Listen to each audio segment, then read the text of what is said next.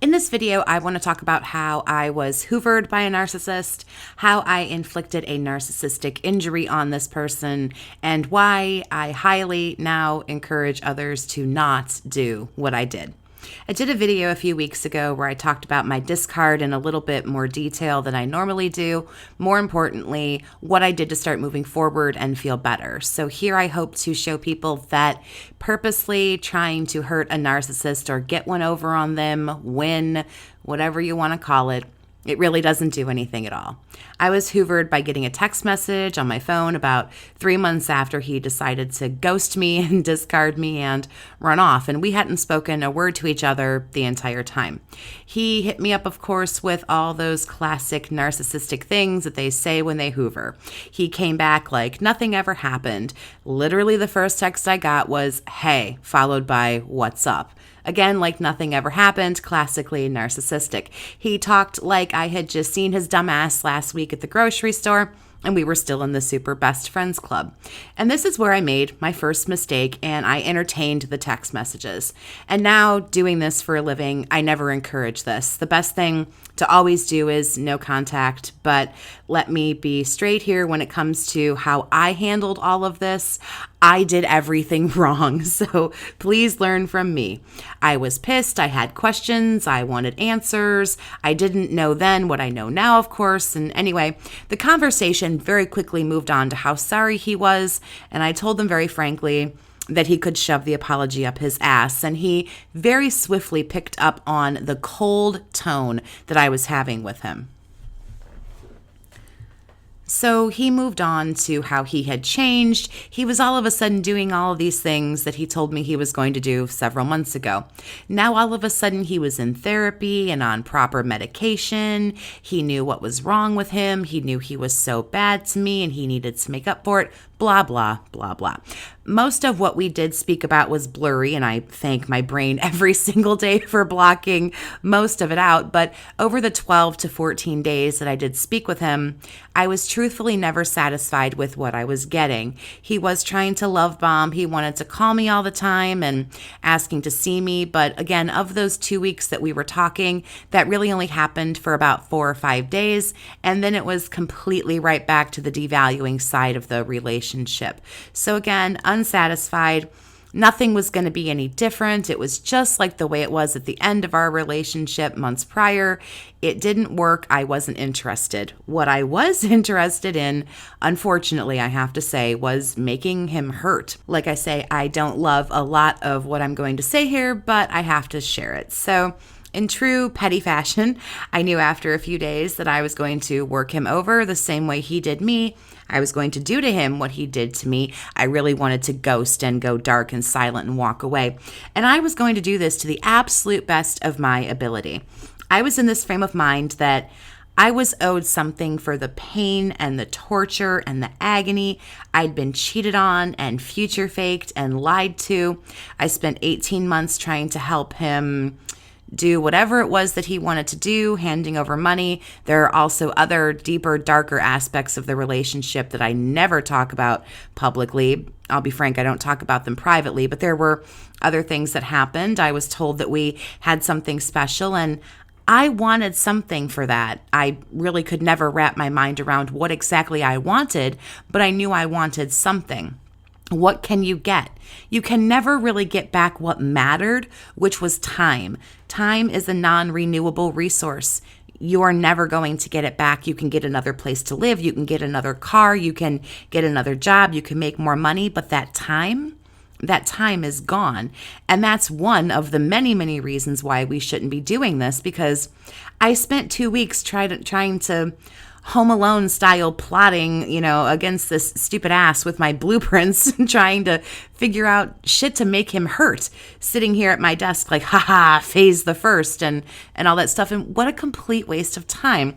Anyway, when I couldn't stand his, bullshit anymore, I decided that I would work him over into believing that I still missed him and still loved him. And truthfully, I didn't have to fake all of that because I did miss him. I did love him. But what I wanted more than that was revenge.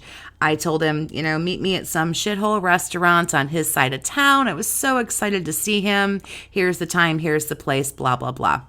Now, I'm sure a lot of you have heard this part of my story before. I have talked about it quite candidly, but obviously, I never showed up. I don't know if he did either. I assume he did, but he didn't say anything. Ironically, I don't know if it's ironic, but he never called. He never texted. I think he knew very quickly I wasn't showing up. I'm most of the time a fairly prompt person. It probably didn't take him long to put two and two together and figure out what was going on. So he never did text. He never did call.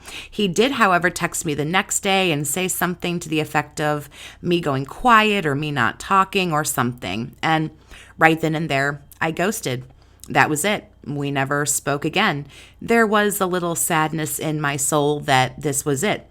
I'd made the choice, and I had also made the choice that would he ever try to, reach out to me again, that I wasn't going to respond. Again, he never did, but I have to be honest, again, I was beaming with pride a little bit that I'd kind of crushed the dude, and I got what I wanted. He was hurt and he felt stupid. I worked him over. I lied to him. I did so much stuff that he did to me. I did it right back. What I am still proud of, however, is that I had the courage to do what I did. It was hard for me to lie to him. It was hard for me to set him up. I still cared about him. I still wanted to do the right thing, and truthfully, I still wanted something to work, and I was still pretty upset that it wasn't going to. I still cared. I knew it was wrong, but my overwhelming desire to get him back had taken over, and I've even, said this honestly on several occasions. While I wouldn't probably do it again, I gotta tell you, I'd probably consider it pretty heavily. I have to use this channel, though, as a way to talk about the healthy way to handle things. And that is not the way I did things. I didn't do anything in a healthy, constructive way. Sure, it felt great. I really thought I schooled this kid, but had I? Nope. And that's the message I want to convey here. You can't hurt somebody who doesn't care. You can't hurt somebody who doesn't afford to care. We have to look inside ourselves and learn a lot of lessons. Like, we can't take this personally, even though it was done to us. Somebody who behaves this way, they hurt everybody who they meet in some way, shape, or form. You cannot hurt someone like this. Even if you get them kicked out of where they live or you make them lose their job, whatever, they recover. They have supply, they have connections, they have skills, they lie and steal and do whatever they have to do to just recover and go right back to normal like everybody else does. How long was this guy honestly really upset about what I did? I don't know, 10 minutes? He said, "Wow, what a bitch. Isn't even going to show up." And then he went home and called somebody else and texted somebody else and went back to his social media and whatever all other skeeziness he was up to. He didn't care. Sure, I bruised the ego, but he moves on. I think we have to realize that these people move on, but that's what everybody does. What do we all do when we quit a job or we get fired or we move or something happens?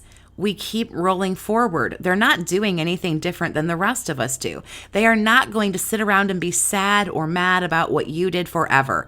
And even by some slim chance, if they do, you're never going to get the satisfaction of knowing that, and they're just going to move on and keep life moving. Truthfully, there was a small part of me who was disappointed in myself, and I still am, for what I did. I don't linger there, but there's disappointment. I behaved pretty much like a 16-year-old girl, and for, my age, looking back and reflecting on the age I was when I did this, and even now, I'm not super proud of myself, but there was a part of me, I've been studying this for 2.5 years, so now I know what the deal is. I do feel disappointment. So let me kind of wrap this up here by saying, if they hoover you, let it go. There's truthfully nothing to say. I know this because I talked to a narcissist in a Hoover attempt, and it's fakery and bullshit, and again, a waste of precious time that we can't get back. Don't try and hurt them. I know that you want something, vindication, validation, respect. You want to show that you're smart, that you can fool them. I know you want something.